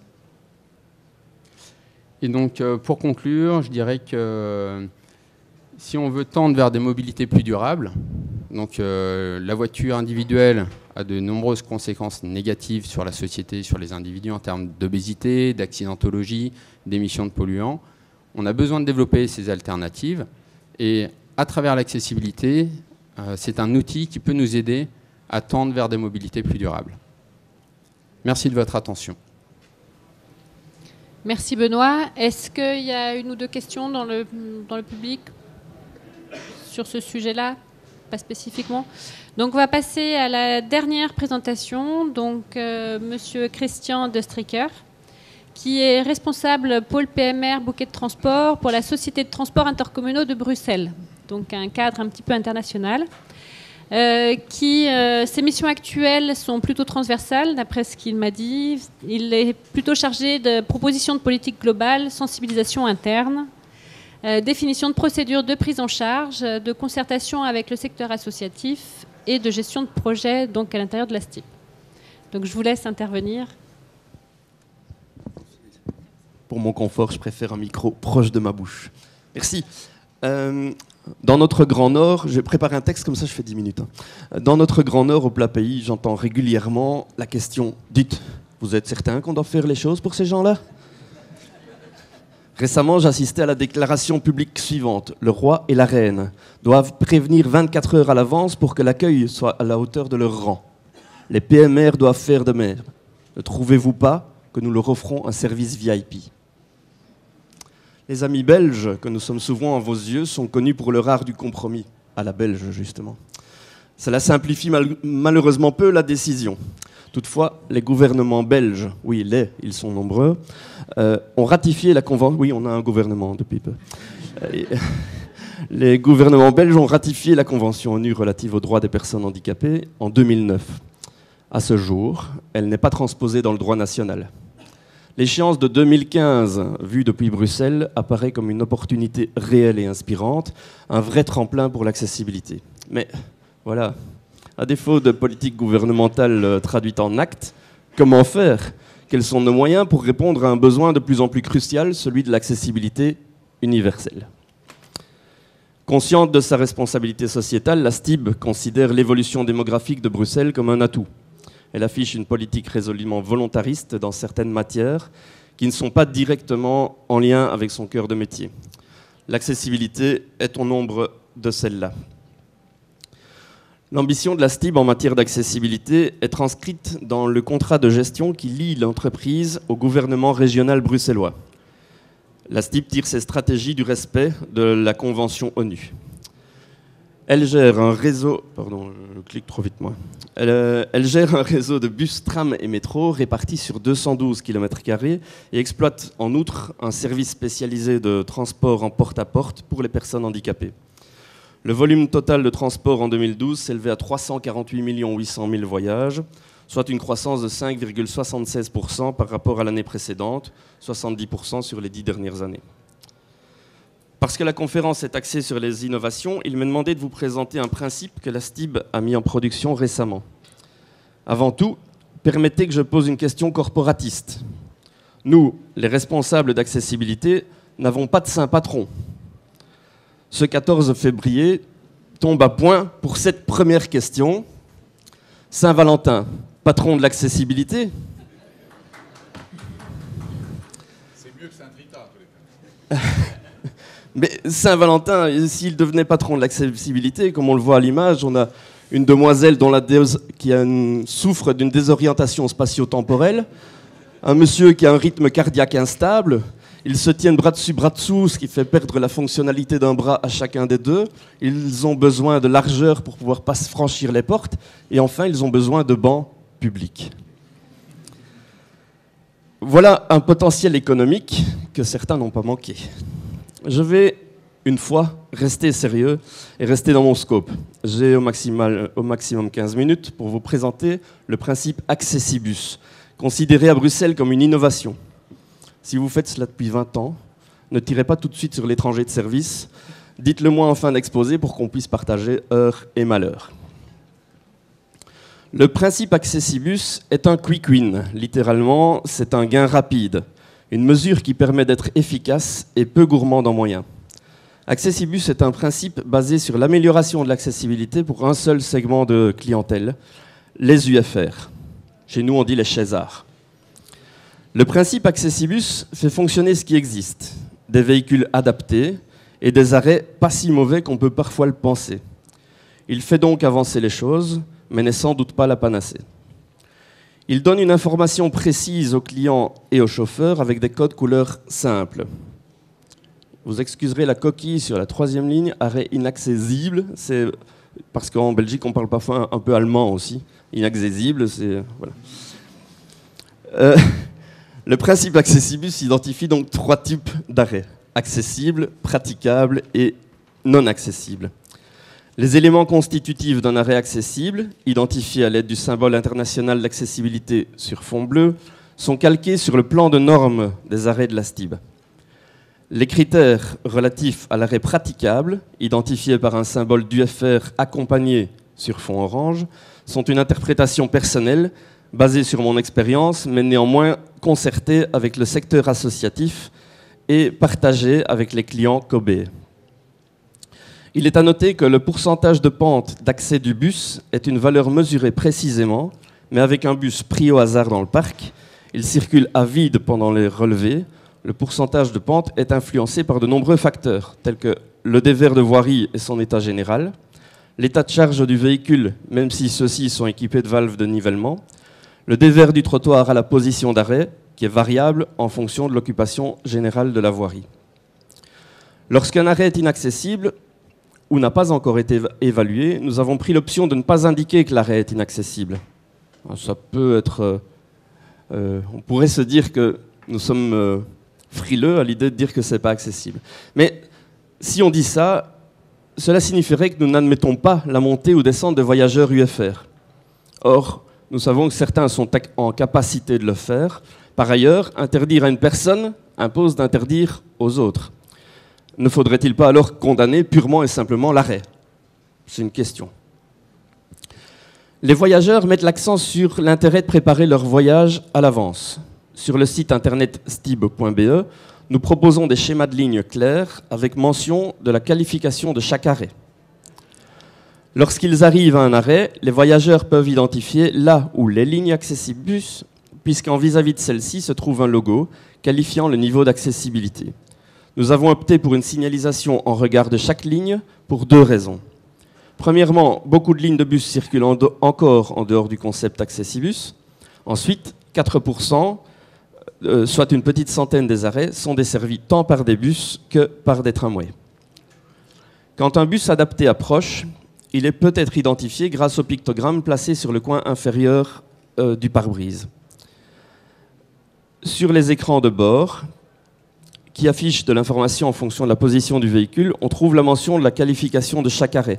Cela permet soit de se rassurer, soit de faciliter un déplacement non planifié. La mise en production du principe Accessibus a suscité un changement de paradigme.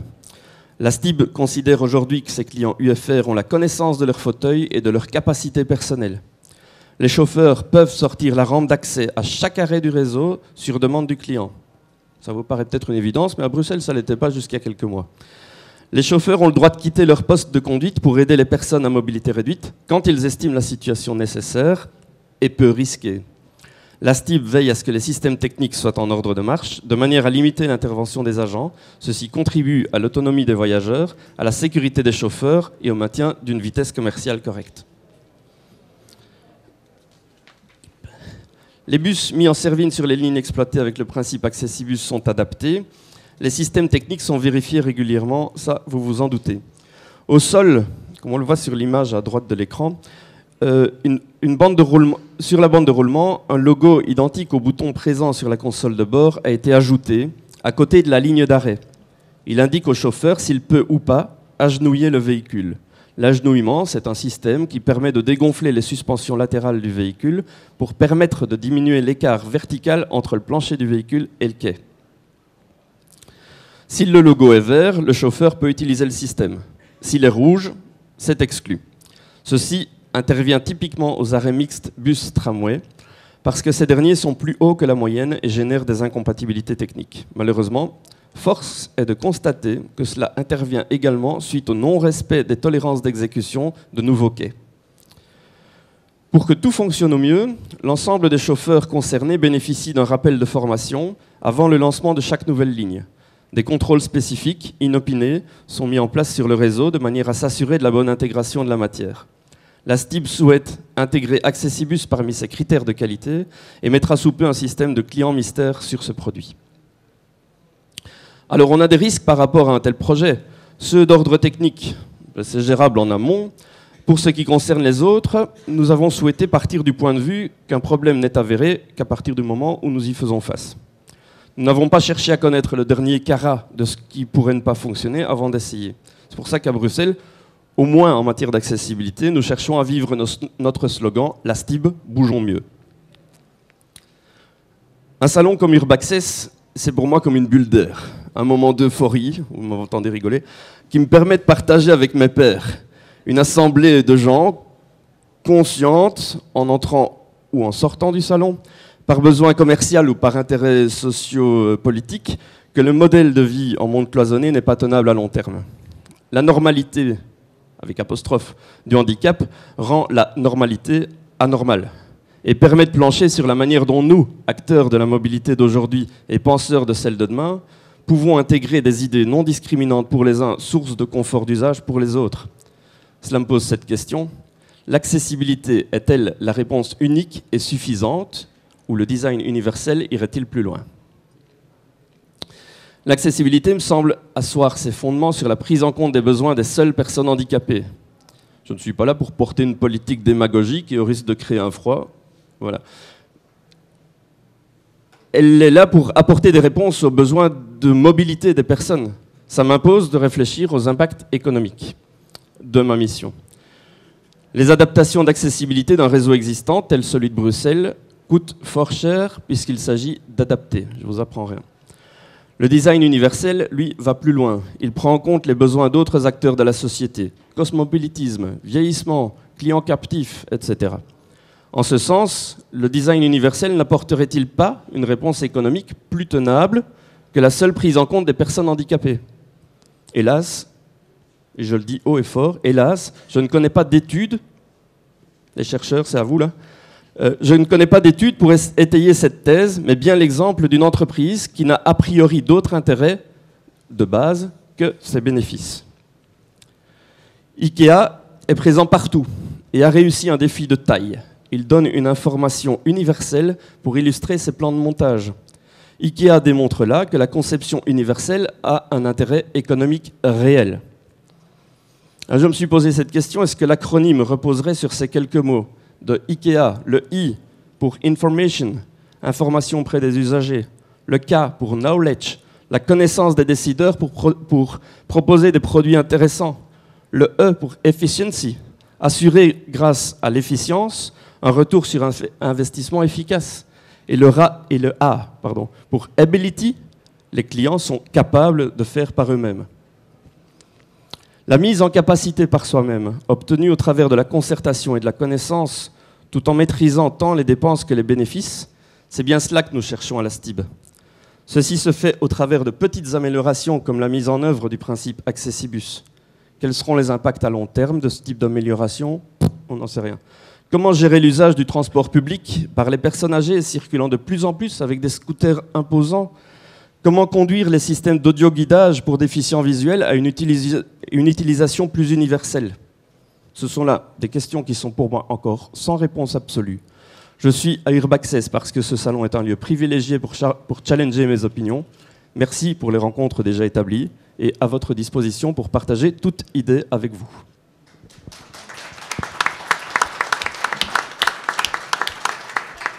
Merci Christian pour cet exposé très éloquent. Est-ce qu'il y a des questions typiquement sur la présentation qui vient de suivre?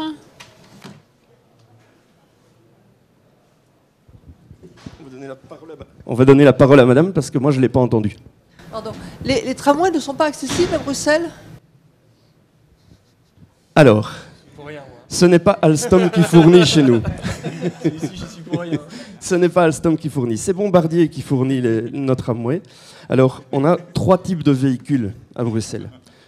Monsieur Cauchois parlait de la hauteur des quais. Chez nous, on a les mêmes problèmes. On est sur du réseau existant. Et donc, sur du réseau existant, vous allez trouver des trucs qui fonctionnent et pas mal de trucs qui ne fonctionnent pas. C'est bien là le problème. Vous, et vous en particulier, vous avez des besoins qui amènent une réponse immédiate. On doit répondre maintenant à vos besoins pour que vous puissiez circuler aisément. Mais les problèmes d'investissement, les problèmes de disponibilité, les problèmes de recherche, tous ces problèmes, eh bien, on n'y est pas, malheureusement. On aimerait pouvoir y être, mais on n'a pas les réponses. Alors oui, notre tram est accessible en partie. Notre tram le plus moderne, les nouveaux véhicules, ils sont très bien faits pour les personnes déficientes visuelles. On a une synthèse vocale à bord, on a du contraste, on a plein de choses. Par contre, en chaise roulante, laissez tomber. Ça ne marche pas. Les lacunes entre les quais et les véhicules, ça ne fonctionne pas. Voilà, c'est un gros problème d'ingénierie là. D'autres questions?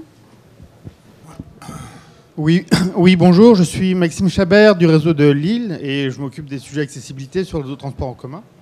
On se connaît un petit peu. Votre service Accessibus a l'air en effet très, très intéressant. C'est une gageure de le mettre en place, mais c'est aussi une gageure de le faire vivre. Un réseau, ça évolue, des quais, ça bouge, des travaux, ça arrive tout le temps, des nouveaux véhicules, ça arrive. Donc, c'est déjà un niveau d'information et d'honnêteté vis-à-vis du public qui est tout à fait remarquable, certainement. Mais après, quelle est on va dire l'infrastructure de service que vous avez mis en place pour arriver à le tenir à jour, à tenir informé vos clients utilisateurs qui, du jour au lendemain, vont être intéressés à savoir si tel ou tel point d'accès est devenu inaccessible ou si tel bus, parce qu'il est en panne, est remplacé par un bus non accessible lui aussi. Quelle est la vie du service que vous avez mis en place autour de cet Accessibus? Alors, pour maintenir l'information, il y a plusieurs choses. On sait quand les travaux vont se passer, on sait où ils vont se passer. Ça nous permet de pouvoir donner une information aux clients quand ils sont identifiés. Par contre, donner l'information dans les bus et la mettre à jour dans le véhicule, je vous ai montré les écrans à bord. La mise à jour de ces informations se fait en branchant une clé USB sur l'ordinateur à bord. On a 600 bus. Je vous laisse deviner la tâche. Donc ça, c'est ingérable aujourd'hui. On est occupé à intégrer des technologies Wi-Fi dans les dépôts pour pouvoir faire les changements à distance. Quand le bus rentre au dépôt, il y a une mise à jour de ces informations. Aujourd'hui, ça ne fonctionne pas. Donc c'est un petit pas. Je vous ai dit, ce n'est pas la panacée Accessibus. Autre problème, la maintenance. Donc globalement, ce serait simplement, il y a une rénovation d'arrêt dans l'année et maintenant ça devient un arrêt tout à fait accessible. Comment est-ce qu'on fait? Mais simplement, il y a on appelle ça des responsables de ligne, un par ligne. On a un responsable de ligne RATP ici.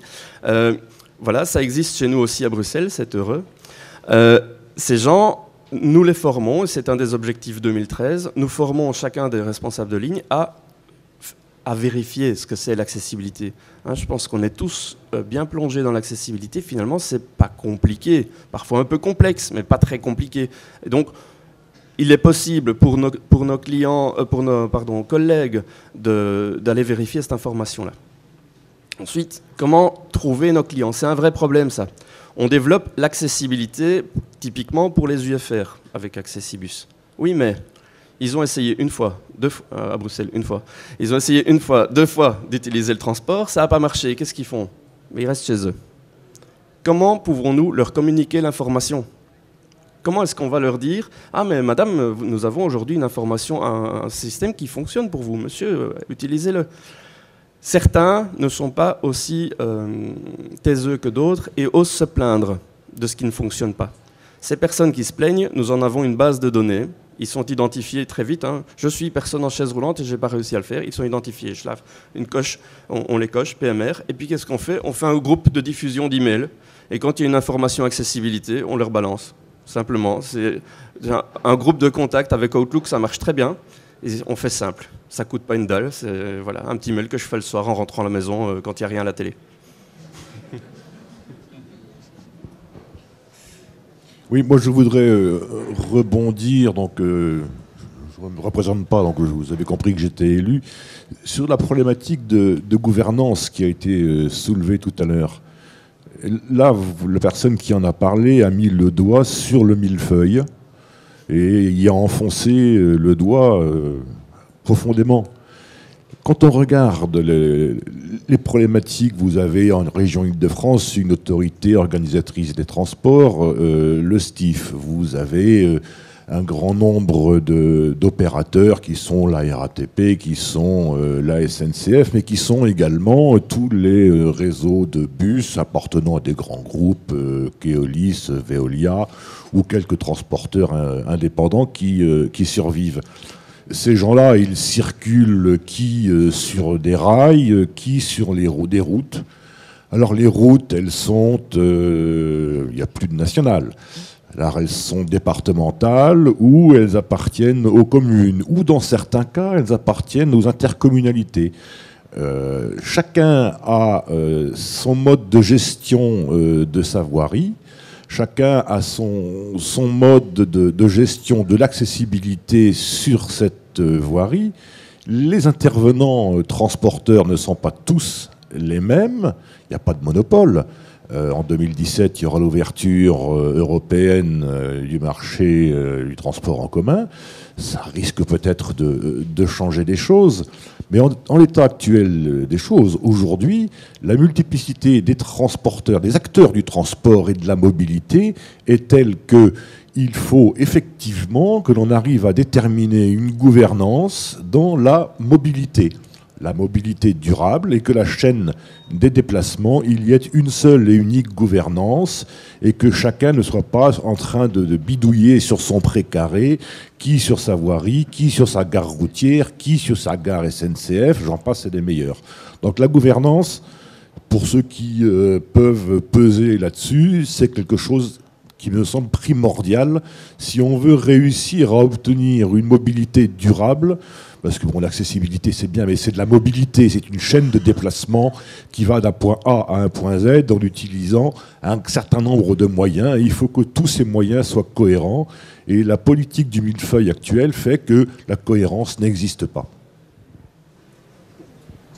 Merci pour ces remarques. Moi, j'aurais juste une question justement à la suite de monsieur par rapport à la chaîne de déplacement. Comment vous intégrez, comment vous collaborez justement pour concevoir des quais qui permettent la multimodalité et des trains qui permettent de donner de l'information des autres modes de transport. Vaste programme. Mais vous avez 10 000 feuilles. Évidemment, quand on pense à l'Île-de-France et au nombre des intervenants dans le secteur du transport, on est effectivement... Enfin, l'image s'impose.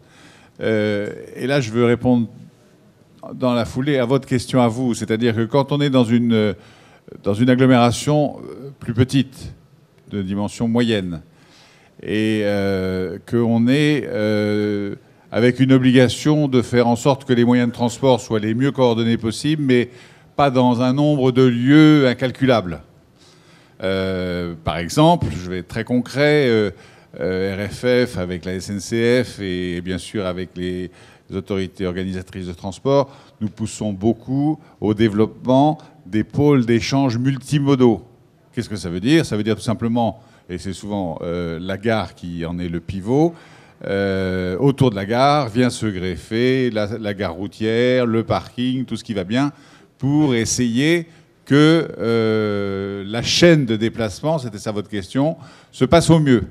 Mais c'est déjà la quadrature du cercle de mettre tout le monde autour de la table, de n'oublier personne. Parce qu'il suffit qu'il y ait 3 marches entre le parking et le couloir qui va bien et qui mène à la gare, et la chaîne de déplacement est rompue. Et le quotidien de la personne en fauteuil, évidemment, est tout à fait infernal. Et puis même, ça vaut aussi, la remarque vaut aussi pour les autres formes de handicap.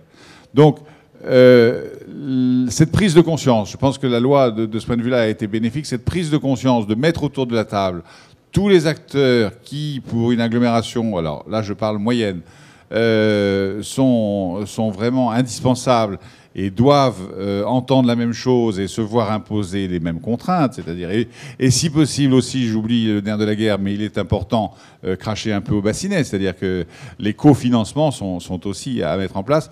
Voilà un petit peu comment on progresse sous cet aspect de la chaîne de déplacement, c'est la mise en cohérence et de la mise autour de la table de tous les acteurs. Mais je vois que ça suscite d'autres questions, donc je préfère m'arrêter.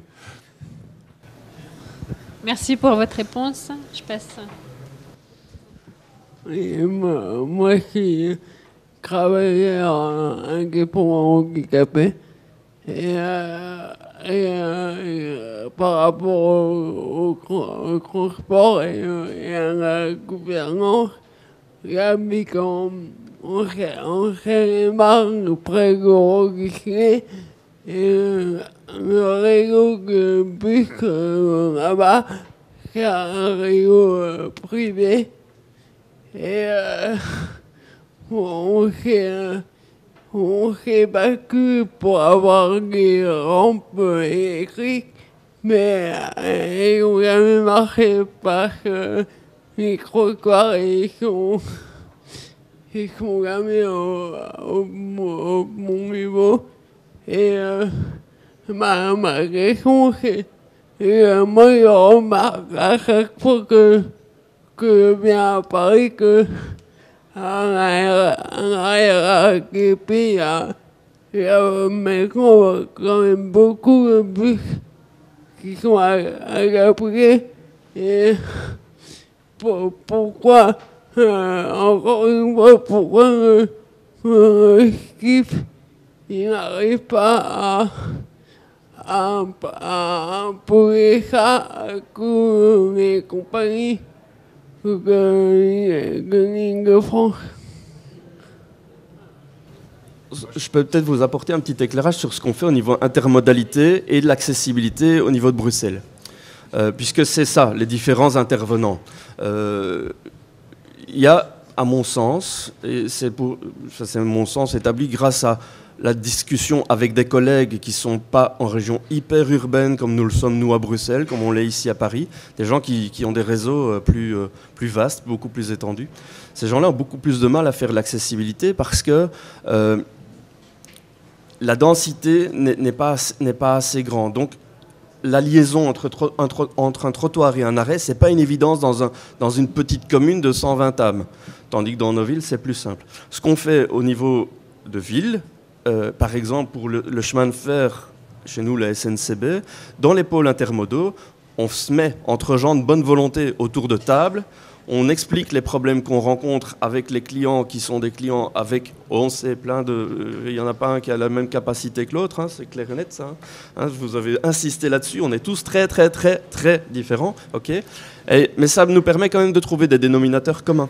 Et on essaye ensemble, entre gens donc de bonne volonté, avec les millefeuilles de réglementation qu'on a à côté de nous, ça fait des piles comme ça, on essaye de dégager des compromis à la belge pour trouver des actions qui vont permettre à nos clients de passer du bus au métro, du métro au tram, du tram au train, et puis de faire non plus Paris-Bordeaux, mais bien de faire rue perdue à Paris, ça n'existe pas sans doute, jusque la rue Trouvée à Bordeaux, en passant par le TGV.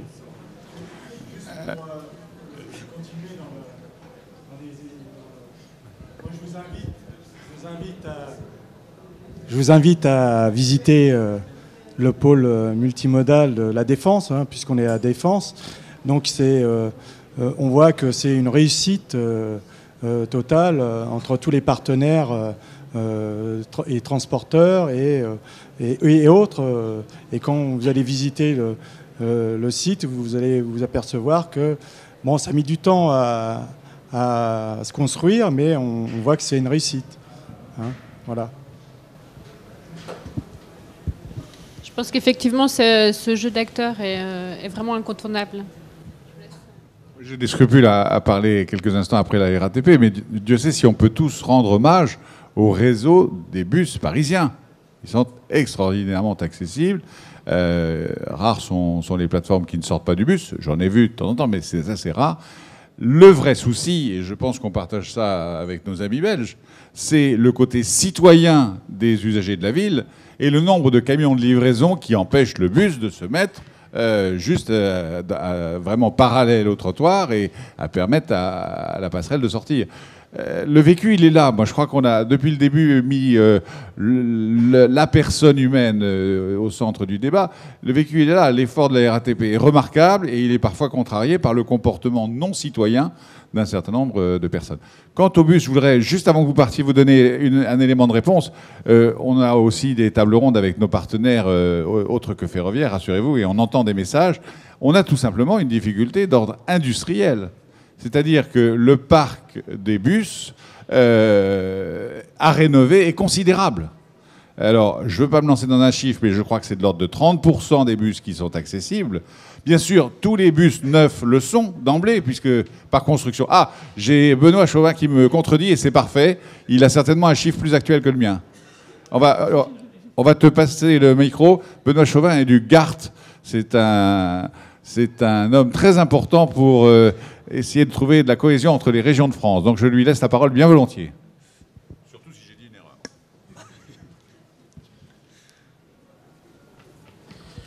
Oui, bonjour. Benoît Chauvin, responsable du pôle technologie des transports et accessibilité au niveau du Gard. Je voudrais juste éviter une confusion entre le bus et le car. Les bus sont à plus de... les derniers chiffres UTP sont à plus de 95% accessibles. Et au niveau des cars, c'est là où il y a la problématique. Hein, puisque eux ont besoin d'être adaptés avec des ascenseurs spécifiques, etc. Et c'est compliqué. Et si on devait remplacer l'ensemble du parc, les industriels à l'heure actuelle n'auraient pas la capacité de production pour pouvoir couvrir le besoin. Voilà, c'est sur ce point-là, je voulais éviter la confusion.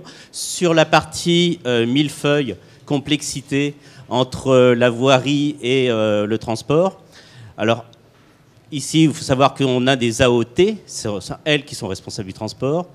Et le Gard est en train de militer et travaille et est bien parti pour qu'au niveau de l'acte 3 de la décentralisation, le gouvernement modifie les droits des AOT et les transforme en AOMD. Ce sont des autorités organisatrices de mobilité durable. Et cette partie mobilité durable est la partie la plus importante, puisqu'elle va permettre d'avoir une vraie coordination entre l'investissement fait dans les transports et les aménagements de la voirie, permettant justement de rendre le parcours, et non plus avec une vraie chaîne de déplacement, hein, pour les personnes à mobilité réduite, beaucoup plus cohérente. Voilà, ça c'est sur ce point-là. J'avais un autre point que j'aurais pu rajouter, mais je vais laisser Denis dans ces débats. Puisque Pour les bus, il y a des passerelles électriques et je voudrais savoir si cette idée elle pourrait être transposable au RER ou au tramway. Non, c'est pas possible. Alors, je peux vous répondre pour ce qui concerne les métros de Bruxelles. Bah oui, je peux parler que de ce que je connais. Hein. On a des passerelles électriques dans le métro, mais la vitesse de sortie et d'entrée de ce système doit être énorme, et donc ça pose des problèmes de sécurité. Parce que si on vous met la passerelle qui s'ouvre en moins d'une seconde, le temps d'arrêt d'un métro en station c'est 12 secondes, l'arrêt, donc je m'arrête, j'ouvre mes portes, je charge et décharge mes voyageurs, je ferme mes portes et je repars, 12 secondes. Donc si je dois ouvrir ma passerelle à ce moment-là, c'est un tiers de quart de moitié de seconde. S'il y a quelqu'un qui laisse ses pieds dans le chemin, eh ben, il faut passer chez le marchand de fauteuils juste après. Alors, pour compléter la réponse à votre question côté France, avec mon petit camarade Christophe, nous avons un programme de recherche qui se cherche. Il s'appelle Accessibilities. C'est formidable. C'est exactement le principe de ce que vous voyez sur les bus de la RATP, c'est-à-dire cette planche qui sort et qui rentre. La seule chose, c'est qu'il faut que ce soit d'une fiabilité absolue. Imaginons qu'une de ces planches reste sortie 20 minutes. Vous voyez un peu la perturbation, surtout en Ile-de-France, quand vous avez un train toutes les 90 secondes.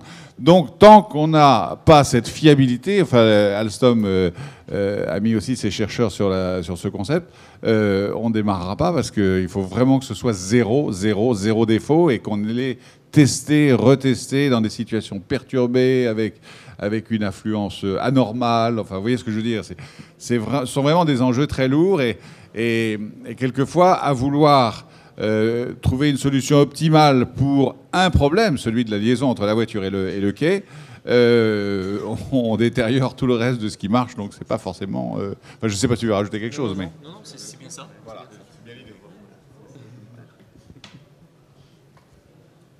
D'autres questions, interventions? Oui. Oui, bonjour. Je suis à l'association Valentin Oui, je suis très malvoyant et je ne peux pas utiliser les moyens de transport et les trains en particulier en autonomie. Donc je fais appel à Accès Plus et je suis très satisfait du service qui m'est apporté. Alors ça, du côté Accès Plus, ça marche très bien.